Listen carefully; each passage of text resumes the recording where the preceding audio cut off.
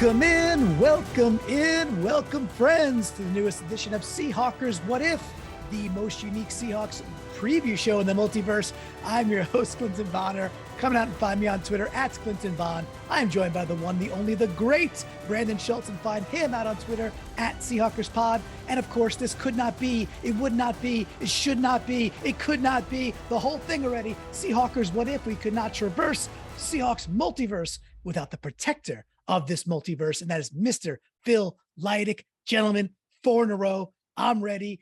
Going to Germany. Get the lederhosen. Cue up the Clark Griswold. Get the giant beers, and let's play some friggin' football in Munich and get another W. How are you guys doing today? Mr. Phil, first over to you. How are you doing? I'm doing great. I think it'd be awesome to go to Germany, but I don't get to, but I'm happy for all the fans that do.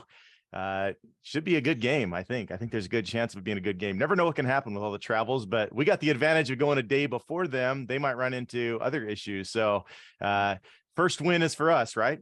I like it. And we're probably going a day before, because that's Pete Carroll's thing. The day before. That is Coach Carroll. Brandon, do you think that he's Coach Carroll's scheming that early with this? Little advantages, the permutations, because he's that smart.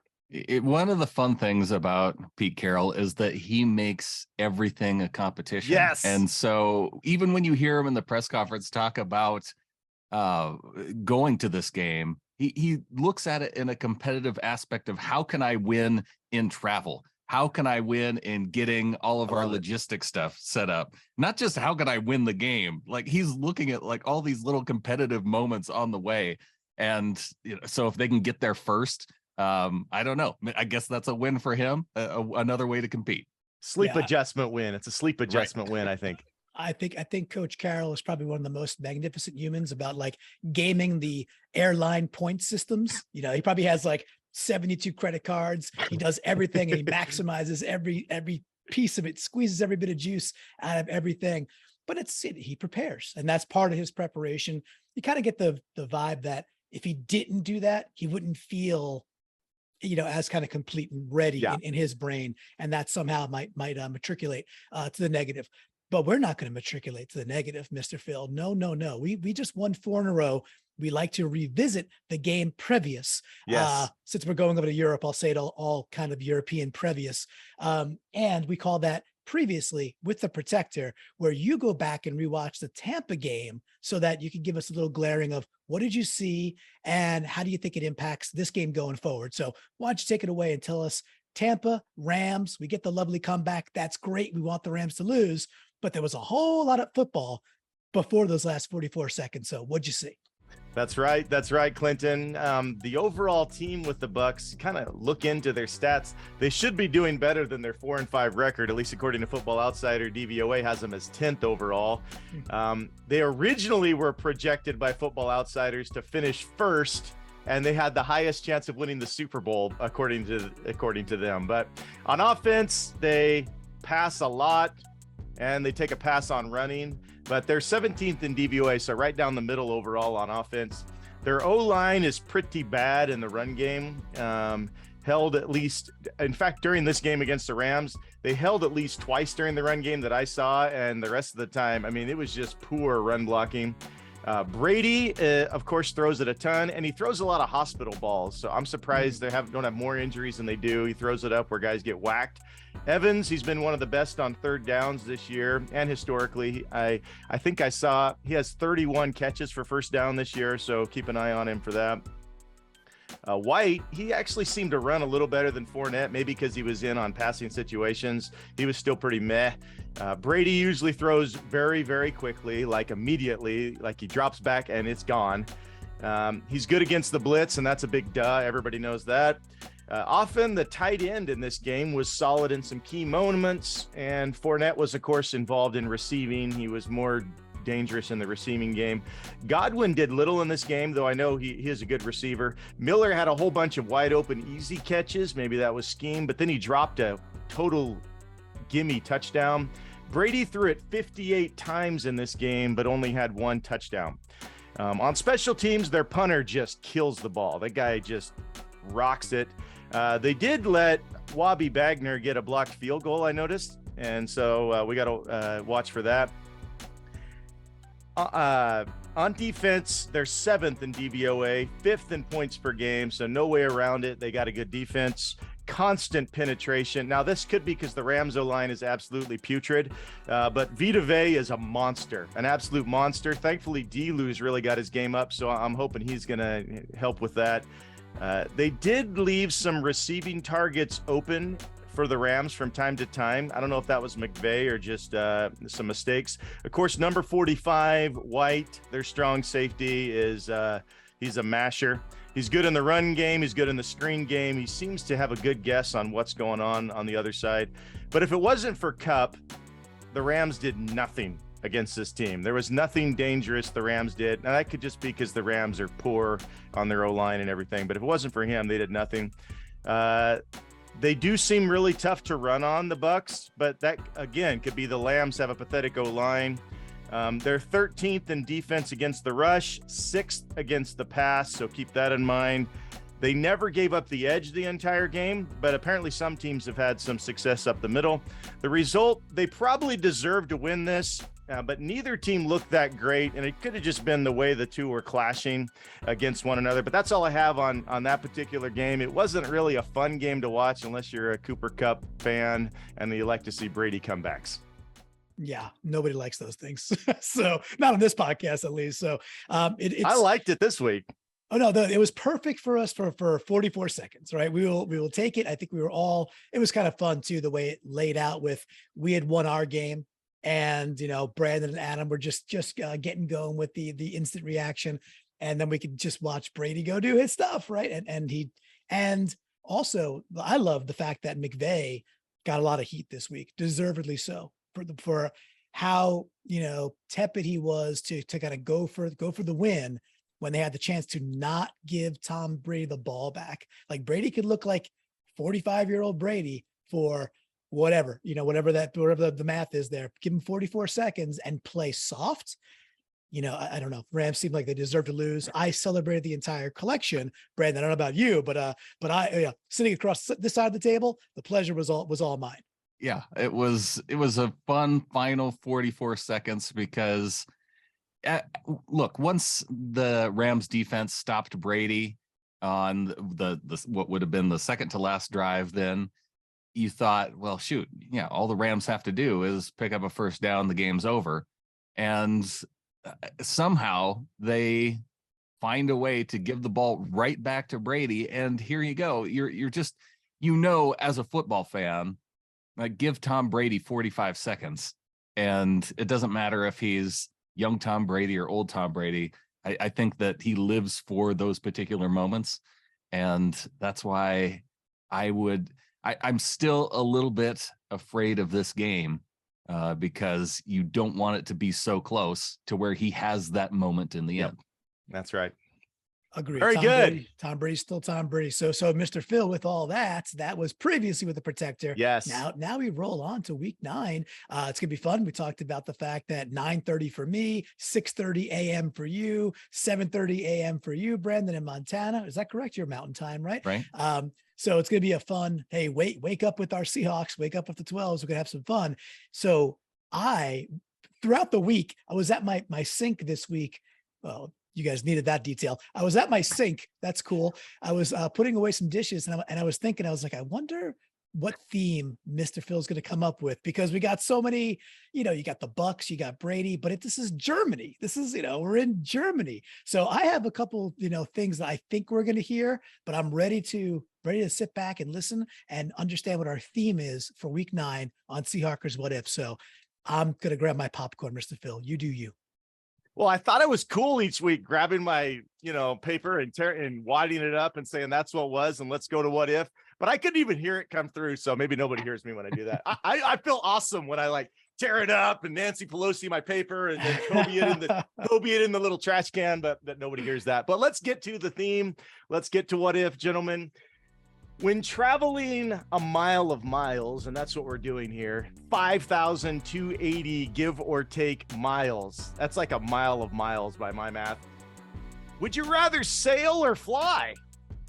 One team comes flying into this internationally located game while The other has been swashbuckling and battling their way through stormy seas. One is flying to keep a double-digit win streak going. The other is trying to sail toward 500. So what if, like so many 12s this week, what if we travel? Now, I know we have a ton of fans already over there that aren't traveling. They get to enjoy it, but we're going to travel. We're going to think about these teams, and then what you do is you travel. There's a lot of ways to do it. I tried to come up with a German theme, couldn't quite get there, but this is definitely a travel. So we're going to do sailing first, which is what the Bucs do. Flying, which is, of course, what Seahawks do. And then driving, which is what we all do when we travel from time to time. And so this is a even numbered episode. We start with Clinton on sailing. So these first two are going to deal with the Bucs, especially because Buccaneers, Pirates, they sail. Arr, here we go. What if the Hawks mitigate the Bucs' interior penetration? How, Clinton, will they have taken the wind out of their sails? Do something that the Rams were incapable of doing. How will we have taken the wind out of their sails if we can mitigate their interior penetration? Yeah. Okay. So I love that we're going to the trenches right away. You mentioned Vita Vea early. Kind of cool history with him. I believe he was UW, right? I believe he was, yeah. So at the, Pacific Northwest, people were clamoring to draft that guy because they know how good he was. And he's been every bit of that for 6-7 years now. What a stud. What a disruptive Hicks and Golston, but yeah, Vita Vea is. Oh yeah. But yeah, they get Akeem Hicks, as the year was beginning, and they're stout up front. So the challenge is, like, we saw a team recently that had lesser known folks, maybe just as effective in the run game against the Giants, because we saw the big defensive tackles, and they gave us problems. Like we didn't really solve it that game, right? Ken Walker did not have 100-something yards versus the Giants. So what can we do there? There's the avoid. There's the avoid the Noid. There is, can we beat them with speed to the outside? Can we, Walker, sometimes to a fault, will look to stretch things where you're like, wait, I think you had a little daylight, but you can't, I'm not going to blame the guy. He knows how to run the football, and I do not. But I'm not sure we go at the teeth of this, because I'm not sure we're going to win. I don't know if this is a battle we want to go fight on their front. Now you can't just push everything to the outside. That's not how this works either. But maybe we could do some things throughout the game that is a little bit of out of the Tom Brady, playbook, like get in the hands and get it outside quite quickly to try and mitigate just how many times we got to go one-on-one, if you will, squaring up with those big beasts right in the middle. With all that, we can't also not try to run between the tackles. That's a way too many double negatives. I agree. But we still got to try. We still have to try and see if we can grind them down a little bit. But to close this out real quickly, I think trying more toss sweeps, which, by the way, will bleed into play action with that toss sweep that we do with the little drag routes, but try to get to the outskirts with more purpose. Heck, maybe even a de-escourage game, right? So jet sweeps, things that are coming across the face of the quarterback. We're waiting and waiting and waiting. It's like the spinner when you're waiting for it to load, right? Yeah. De-escourage. Seems like a good game to use his speed to get outside of that big fat box they got, because they're good there. So my answer to land it is do less of it, go to the outside more. All right. So, Brandon, to take the wind out of their sails, we got to deal with their interior penetration. It sounds like Clinton talked about the run game a lot. Do you have thoughts for Gino? I actually think that Clinton is way off on this. I think you actually do attack them up the middle with the run game. I think they're vulnerable that way. Yeah. And just this defense in general is vulnerable with the run game. But I think the way that you take the wind out of their sails is by if you are able to stop that interior pressure, it's going to make the most difference in the passing game, because that's going to allow those plays to develop downfield. I think one of the reasons why their corners are having some success this year is because they get that interior pressure. yeah. They got to get the ball out No doubt. quickly. And so the corners can kind of they can plan on that, right? And so if you are mitigating that pressure from Vea and Hicks, you even have Tryon Shoyinka out there on the edge. I don't necessarily worry about him too much with Lucas and Cross, but I think that can allow those bigger plays to develop downfield. And yeah, it would be great if Eskridge could have a great game, but I'm kind of leaning towards Marquise Goodwin. I mean, that chemistry that Geno seems to have with Goodwin. I think you can attack this team deep if you can stop that interior pressure on the pass rush. Yeah, and that seemed to be the case with the Rams. The few times they held down the pressure, they had guys open downfield. It was just usually Stafford had zero time. Like they were on him immediately. So when McVay did design some rollouts, a few things like that, guys were getting open downfield. So I think that's a good thought. Yeah, and I think you can run up the middle. It's the penetration in the pass game that's the problem, because you can use that penetration against a team. Were you trying to add something, Clinton? Yeah, I just want to ask is what do we think about, is Goodwin healthy? You know, obviously he scratched last game. We'll get a report. We're recording this Wednesday morning. Yeah. But have you heard anything else? I just heard Pete say he's going to try and battle back this week. That's basically. So, you know, I want him back too, because he's played better than D. And hey, using them against themselves would mean, hey, let's execute a screen. But talk about like even worse odds than depending on D Eskridge, right? We can't, like, so that's why I'm sticking to like use some of the outside stuff to try and mitigate. If we were a good screen team, that'd be awesome, right? Let them think that it's a jailbreak and then screen them to death. Well, the tight ends might be an option. I mean, have you guys seen the tight end numbers? We have 63 catches, 667 yards, 5 touchdowns, 392 yards of yak, and 9.1 yards per target to our tight ends. I mean, that might be a sweet spot. And then, of course, you got to watch out for number 45. But yeah, but no, darn, the tight ends are awesome, right? The Ghidorah, the King Ghidorah, the 3-headed monster that is our tight ends.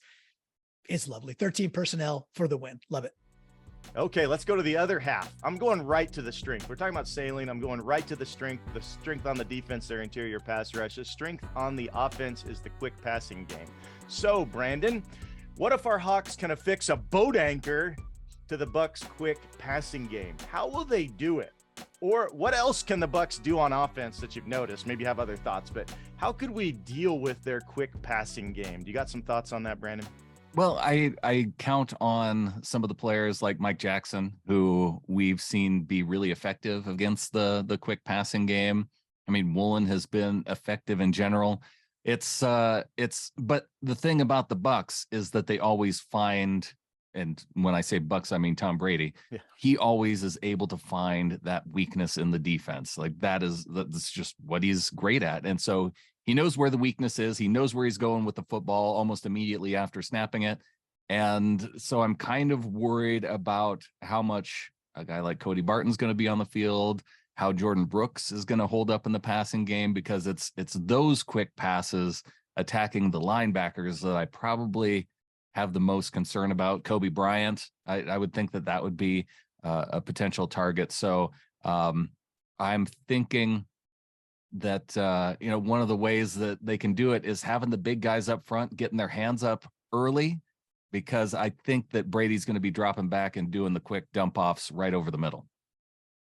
How about you, Clinton? Sailing.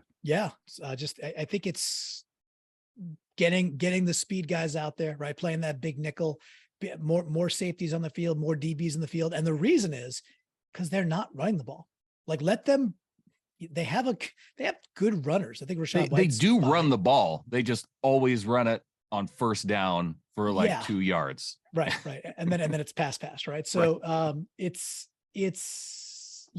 then Leonard Fournette's good. I think Fournette's a fine back, certainly above average back. He has 45 yards a game, guys. You excited? Yeah, I know, but he was fantastic last year and fantastic 2 years ago in the play. Their run game stinks on both sides of the ball. His average is 3.3 yards. Yeah, it's not good. So if they're not going to do it, then challenge them the other way. Put the lighter scheme out there, the faster, lighter guys. And this way, Yeah, sure. Brady might dink and dunk, and that's basically what he's been doing all year now. But you're really mitigating the stuff over the top that way. The one matchup we talked about, Brandon, on 3 and 3 out a little bit too, was Mafe in coverage has not really been, the man yet, but that's okay. That's not, yet another rookie performing pretty well, who got beat on the D-hop drag route, right? But that's okay. I just don't want to see. I don't want to get through the game and then be like, wow, they really picked on whomever that might be, Mafe, or they really picked on Barton. And I think a way to mitigate that is you put your better DB schemes out there. I mean, more of them. Press man, do you guys think that maybe? Well, so we you're don't deciding who's getting defended a little more? I'd love to see it, but we don't do too much of it. Although Brady will usually pick apart zones pretty easily, right? Find the little soft spots. I'd like to see it, Phil. I don't know if we're wired that way. I'd like to see us do more of the bring it up to the line of scrimmage and take away the horizontal stuff, the super quick game.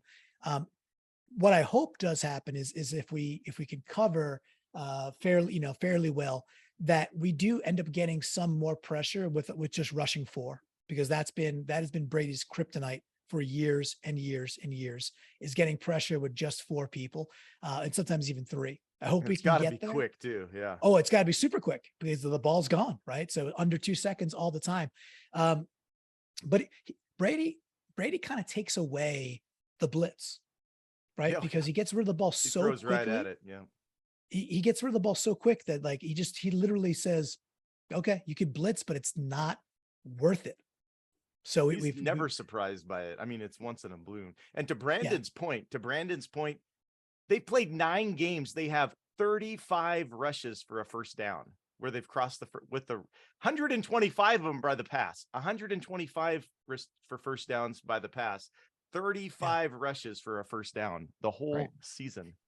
That's not a lot, because you figure, so many times you're in like a 2nd and short or a 3rd and short, and you just pick up the first down, right? So via the run, but they ain't doing it. So interesting.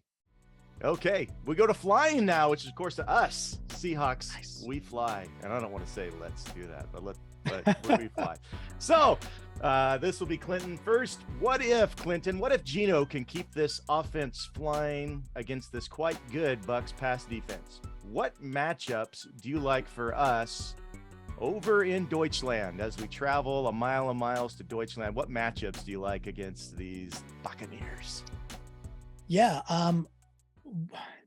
So what was, you watch that Rams Bucs game and it's just the Cooper Cup show, like you said, right? It's just like basically Cooper Cup and not much else. And yet the Bucs could queue up on stopping Cup, which is easier said than done, but still could not do it. So in other weeks where it was more like we're calling out the role players and we're calling out the 13 personnel and tight ends will go off and all that jazz. That's all quite true still. I'd love, and maybe this is just me wanting this, but I'd love to see kind of the stars come out at night, which is 9:30 in the morning for me. But we know we haven't seen in a couple of weeks. We haven't seen DK get deep. We haven't seen DK get open deep. He's become like a last few weeks against the Arizona team that does a nice job of bracketing, open, making the catches, moving the chain, or first down, getting 9 yards, running pretty. $20 million chain mover is kind of totally fine, but that's okay. It's about the W's. And with that, this would be kind of neat if we can see whether it's even Goodwin.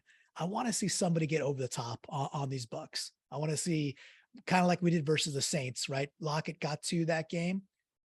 It would be just so cool to see either DK or Lockett getting deep behind the safety, scheming it that way and taking a few purposeful shots that way and seeing if we could come down with 1 or 2. So maybe that's just my fandom and wanting to see that back in the fold.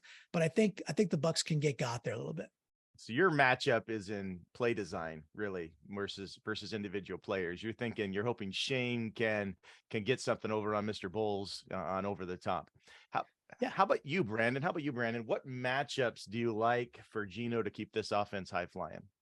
The one matchup that I like, and I'm going to go to the run game, because I think that that's what's going to propel Geno in this game and give a guy like Tyler Lockett that opportunity to go and get behind the defense because they're having to worry about Walker so much. And I think that when I said earlier that this defense is vulnerable to the run, it's because in the last 3 games, and you could even include the fact that they played the Rams, but in the last 3 and the Rams don't have a great run game, right? But in the last 3 games, the Bucs are good fumbling in the game. They're good. They They're good do have a good fumbling game. Damn good at that, yeah. But just looking at the past 3 games, the Bucs are in the bottom 5 in the NFL in yards per rush. Oh. And I think that they can be beat in the middle. I think that on the edges it might be a little bit tougher, but I know it's concerning when you see Vea and Hicks and Levante David and White, but when you look at what they're allowing on the ground, I think that's where this team can take its advantage and then have some of those wide receiver matchups like Tyler Lockett against, one of their corners, and have that extra time when you get with play action, when that's really rolling. I think Walker's going to be a big part of the Seahawks offensive attack on this team. Awesome. As long as we're not stubborn about it, but we have been successful even against 8-man boxes this year. I was surprised to see that, how often we ran successfully against crowded boxes. So yep. But I guess when you run 13, you're going to get a lot of crowded boxes, but right. Okay. Other side of flying to Brandon. What if, Brandon, our pass rush does struggle to get home? This team is number 3 in preventing sacks per drop back. So they're pretty good on holding off getting all the way home. How can our defense still have a good game without piling up a bunch of sacks? Or can they? I mean, are you worried if we don't get home, we're not going to have a good game on defense? Or is there another way? Is there another path we can still fly on deep? Yeah, I don't expect a ton of sacks because it's Brady, but I do expect some pressure with 4 at least. So that way he is having to get rid of the ball quickly. And that way the defense can keep everything in front of them. And so that's the thing that I'm mostly looking for, is that it's some of those short passes that our defense can play tight coverage on with guys like Mike Evans. That's the matchup I'm really worried about. That's what Pete called out. First thing he said, Mike Evans and the guys. Yeah. So, I feel like he's kind of underrated as far as a Hall of Fame wide receiver, because he's just, I don't think he gets talked about enough. And he's the guy that I probably worry about the most in terms of matchups and finding, because I think they're going to find a way to scheme him open, just like they did on a couple plays with DeAndre Hopkins. I think the Bucs will look at that and say, how can we get Mike Evans involved a lot against mismatched coverage opportunities? And if the Seahawks can find a way to really give him a lot of attention, I think that could end up frustrating Brady. That's a good thought, because Evans nearly 4 times a game is getting either a touchdown or a first down, nearly 4 times a game. So that was the very first thing Pete said when he was asked about Tampa. How about you, Clinton? If we're struggling to get home, we're not compiling the sacks like we have been these last 4 games. Can we still be successful on defense, and how? Yeah, we definitely can. And I think there's a two-part answer here. They can join, they go together. So while we got Evans on one side, the other kind of almost forgotten man has been Godwin. It's probably because he's been injured, right? Just he was coming off, I think, a pretty severe knee injury to start the year.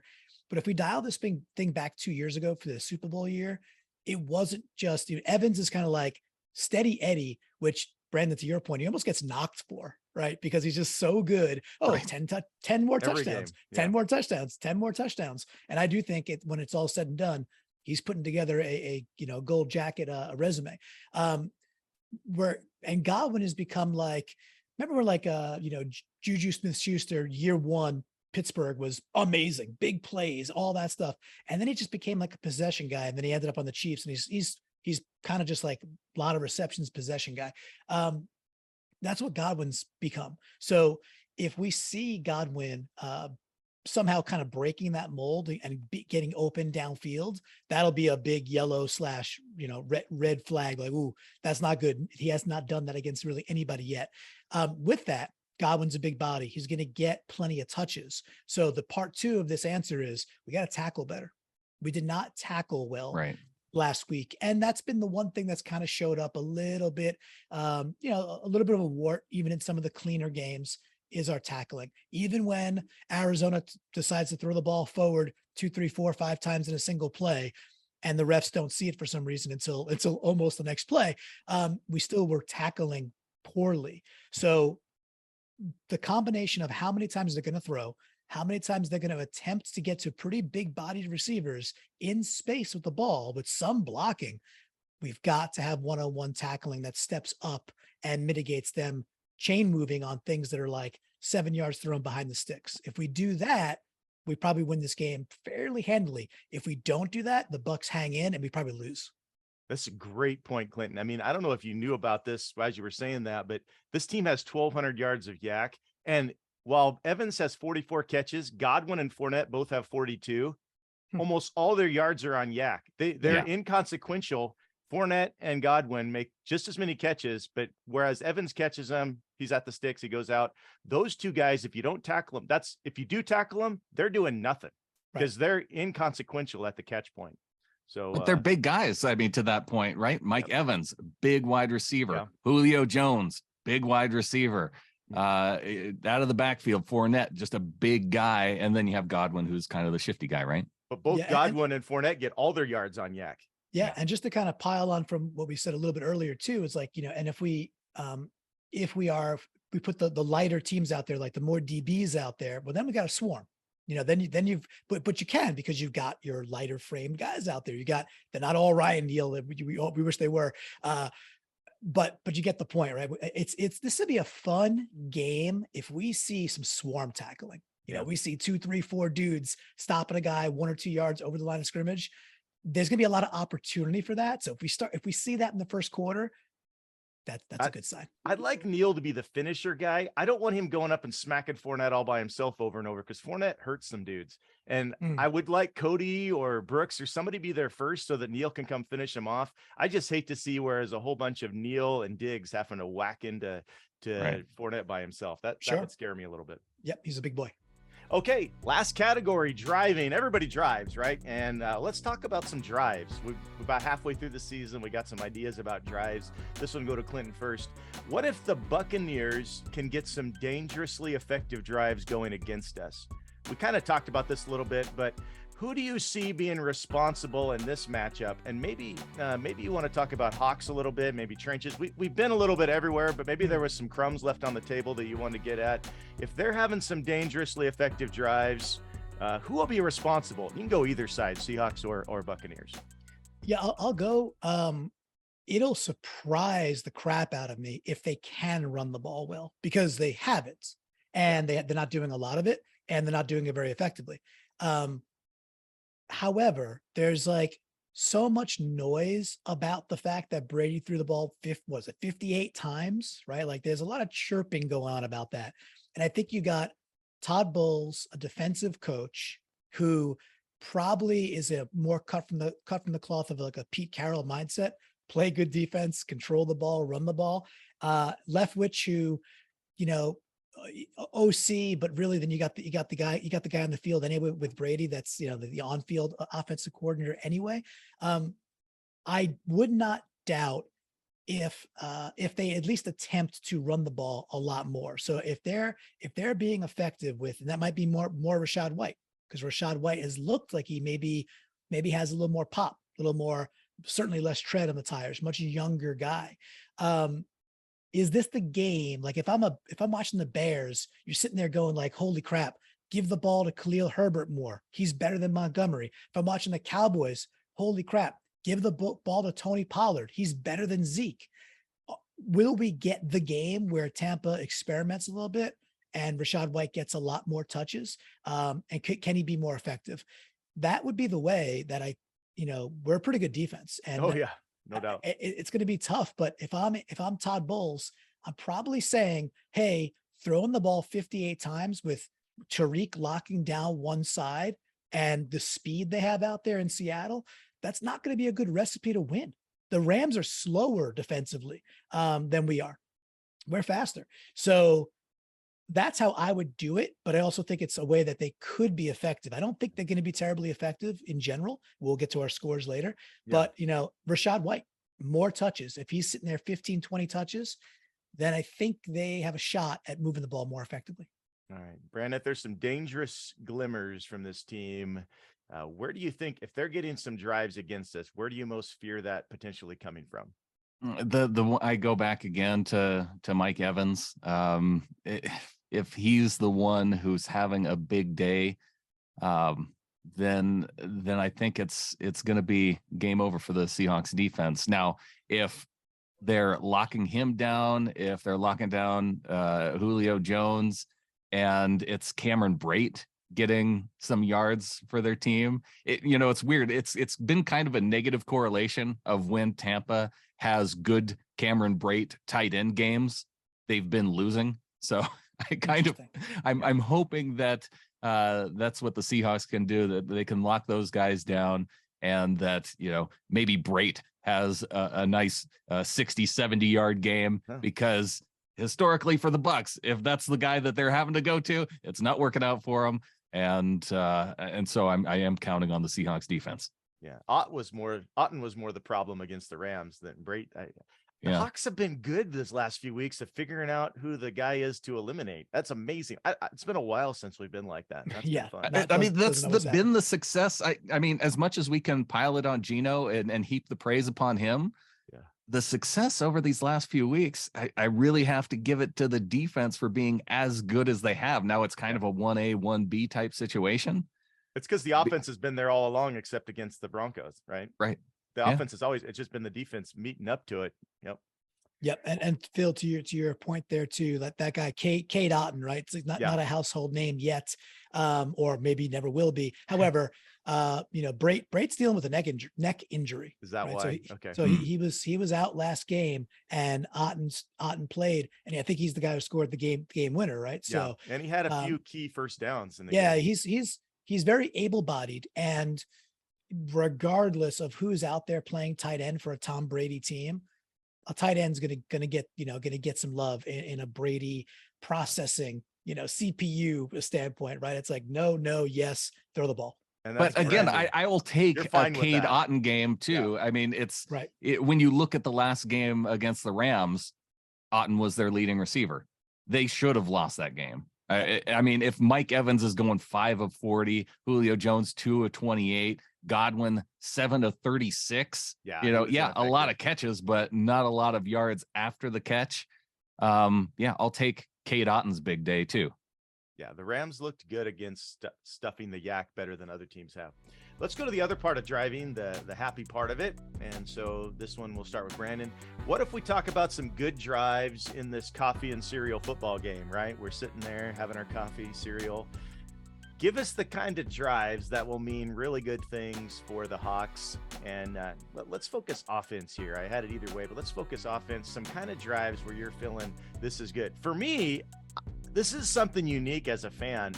We finally, with the pick 6, I really felt like Geno's going to figure it out. We're going to be fine in the next drive. Now, this defense is definitely better. And so what would portend good things, the kind of drives in this game that you're going to feel really good about it? Let's see. So I don't necessarily, do I have to go offense, or you can go defense? Originally I had it either way, but I don't know if I want to go defense either. I kind of want to go to special teams on this, because with the special team drives, huh?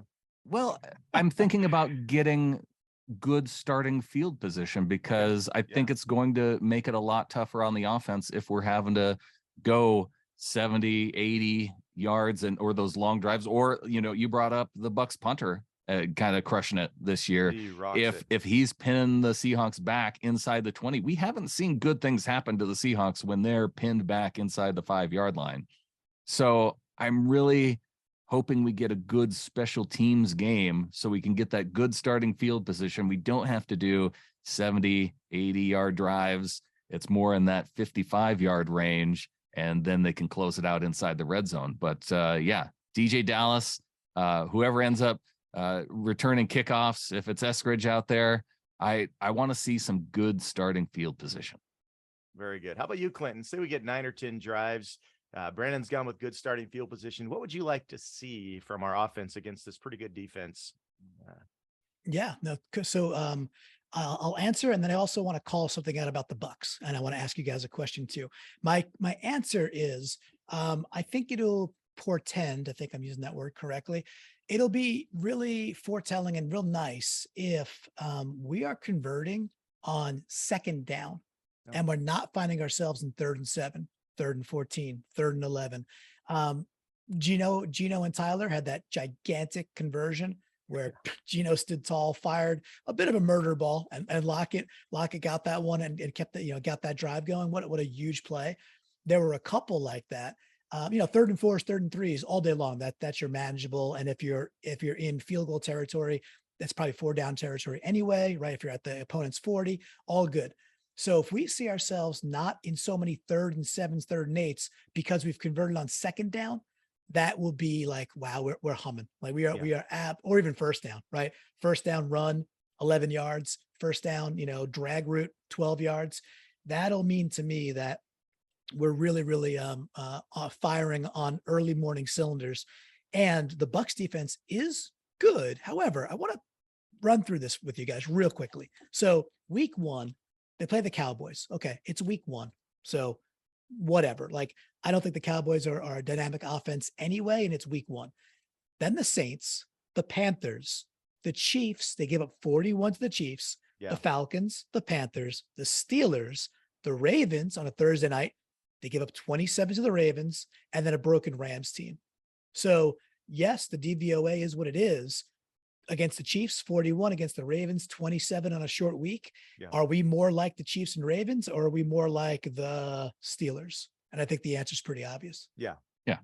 More like the Chiefs and Ravens. No, that's right. But DVOA does adjust for the opponent. I'm just saying they're better than the Cards. They're better than some of these defenses that we've been playing. Oh, they are, especially in the passing game. True. But for drives, I think that's a great answer. Let's be good on 1st and 2nd down. Let's not have to have 7 3rd down successes in a row to have, but that was awesome to see. Yes, it was. Demoralizing also for the Redbirds, right? But if we could do less of that, that'd be cool too. Okay, well, big travel game. Little controversy we had there on the Discord. I'm still not totally following Brandon's line of thinking, so maybe we'll give him a chance to explain this here at the end. How are you not following it? It makes complete sense. I won last week. No, except that Clinton hit the point spread exactly right, which is the first. Who cares about the spread? I care about winning. No, that's how you win when we pick our predictions, right? Well, we both picked us to win, right? So that's the first, and then the tiebreaker is. So do you feel like Tariq's? Look, do you feel like the point spread can be the tiebreaker, but I got my what if Super Hawk. I nailed it with. But that's not part of the scoring system. That's just a nicety. That's an extra. Your Super Hawk was Tariq. Do you think that was better than our? That was better than our red zone conversion rate. Was it? Our red zone conversion rate was fine, but Clinton said better than 50%, and it was only 50%. So it was 100. Yeah, we were 100%. We were 100% red zone conversion rate. We went 4 for 4. Were we? 4 for 4. I thought it was only 50. Okay. It was that. He said better than 50. We were like, well, he doubled, so he was kind of a. He was an ungreedy. It was an ungreedy wish to say better than 50%, but we were we were 4 for 4. So I mean, obviously, it was a pretty weak type of wish. That's what I thought you were getting at. That's what I thought you were teasing him about, was how weak his wish was better than 50, and then we crushed it. Whatever. Right. I won. Yeah. We can move on. We recognize. Okay. Yes. Agree to disagree. Yes, we can agree to disagree, and Mr. Phil knows the scoreboard. It's all good. It's all good. It was a 10-point win, which was perfect. He did the prices right, and it actually got right in. But both of you guys picked the right win. The score was super close, but I have to say here as the protector that now Clinton is on a 4-game winning streak, going from down 1-3 to 5-3. Just like our Seahawks. If you're watching it, Brandon is shaking his head no, which of course Brandon rules the Seahawkers podcast. So I mean, he can always just delete us and then we're doomed anyway. But according to what I've typed in here, it's 5-3. And so we do need to get to prediction time. The what if Super Hawk, every multiverse needs a superhero. We have a lot of options all the way over there on the other side of the Northern Hemisphere. Your wish and your score. Clinton has to go first this time, which gives Brandon a great chance to Price is Right him. So Just going to give a powder puff wish anyway. Like, here we go. Here we go. Whippy little wish. No. Here we go. Here we go. All right. Take this powder puff and take it to the bank, as they say. All right. And the Germans. First time he got his wish right in a long time. Yeah, Brandon. exactly. And the Germans, they know about banking, so you could take this to the bank, Brandon. This is going to be the Kobe Barton actually gets the turnover in the game, right? Like, so the interception. I'm gonna Kobe Bryant, or you're gonna Kobe Bryant. Sorry. I get dude. We got Kobe. Look, he's trying to cover as many players as he can with one name, just so he can say, "Well, I got 50% of the interceptions we get might be Barton or Bryant's." Okay, yeah. So no, Bryant with a real interception. Bryant with no flags, nothing like that. Big time tip, something, whatever it is. Brady doesn't see him, and Bryant gets the interception. We could all celebrate because the man definitely deserves one at this point. He does deserve one. So that's my wish. My score, I think we win this game. I think it's somewhat close, maybe some garbage time later. 26-19 Seahawks, and we celebrate with a giant German beer. 26-19. That is a brave wish, because you guys know how many interceptions Brady has thrown this year? Probably like two. One. Yeah. He's going to double it. So there's no doubt that this is brave. 26-19. I got you locked in there, Clinton. Thank you. All right. Now let's go for Brandon, his opportunity to Price is Right and make his comeback here. Yeah. Well, I'm going to go now. One of the things that I regret last week was calling for an end to the 10+ point win spread. So I'm not going to do that this week. Yeah. I think the Seahawks win 26-16. They continue the 10-point spread. And my what if Super Hawk, I'm going to double up on, well, one of the things that I think and expect to happen for the score to play out. And two, a nice thing. I want all of our German Seahawks fans there making it tough on Brady. And like so maybe I'll go offensive and defensive. Offensive side of the ball, the Bucs have 3 false starts because of the noise from the German 12s that are there, or three or more. And then on the defensive side, 40% or better on third down conversions by the defense. 40% or better on third down. Okay. All right. I like it. So see that, Brandon? I could hear you and just say I like it, because I one-upped you because I went both sides of the ball. You went both sides. You took it easy and tried to take 2 players for 1 interception. I tried to take 4 players. Yeah, get the famous Kobe Parkinson interception, because he's playing Iron Man now in my world. So Kobe Barton and Kobe Barton and Kobe Barton. Kobe. How about Kobe Bryant? Yeah, we get them all in there. Way too many people. The with CBs, the same exact the name. CBs throw you off. CB, you're CB. Yeah. Andre Neal, love that guy. Okay. Andre Neal, lovely. All right, so the 12s is that the guy there, from Total Recall. The 12s there in Germany, they understand how to be 12s, right? They know how to do it. Get loud at the snap, cause some false starts, and then the third down. You're saying the our side is going to get 40% or better on third downs. We're gonna keep them from 40% or under, right? That's what you were saying. Correct. Yeah, 40% or under for their third down conversions. All right, looks like we're out of time for what if, gentlemen. So, what if we say go Hawks? Go Hawks! Go Hawks! Go Hawks!